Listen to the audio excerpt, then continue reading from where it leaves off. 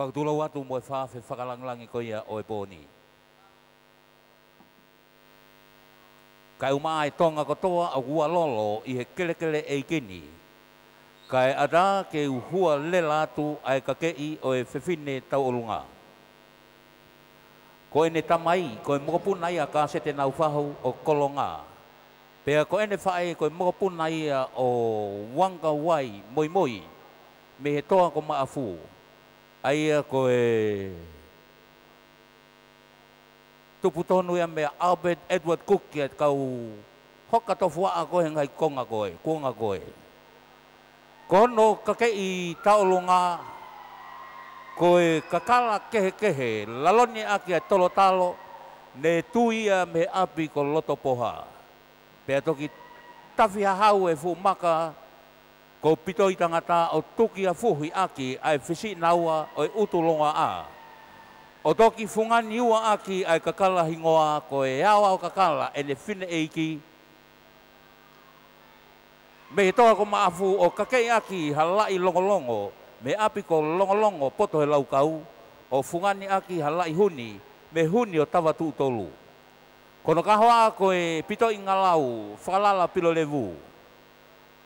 Fungani ake tui tui wao pe mo hei lala ko e toli o tui he ne whanga whae mo ne whanga mehitanga me hala mate alona mo sia ko veiongo.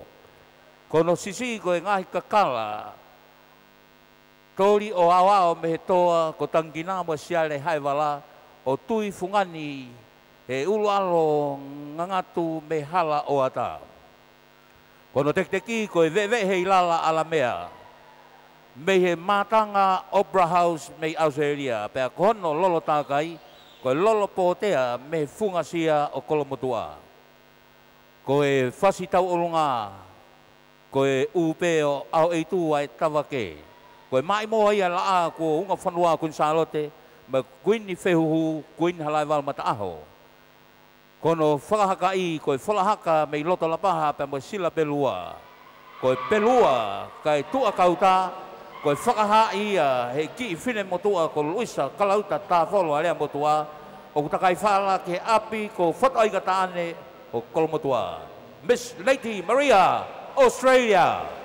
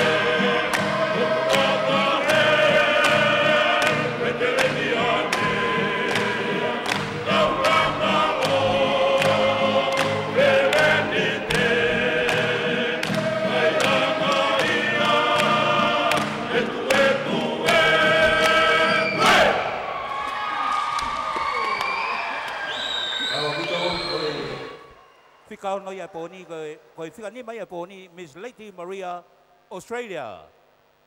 Nicole Vareua, Cook Moi Moi, Naufaho.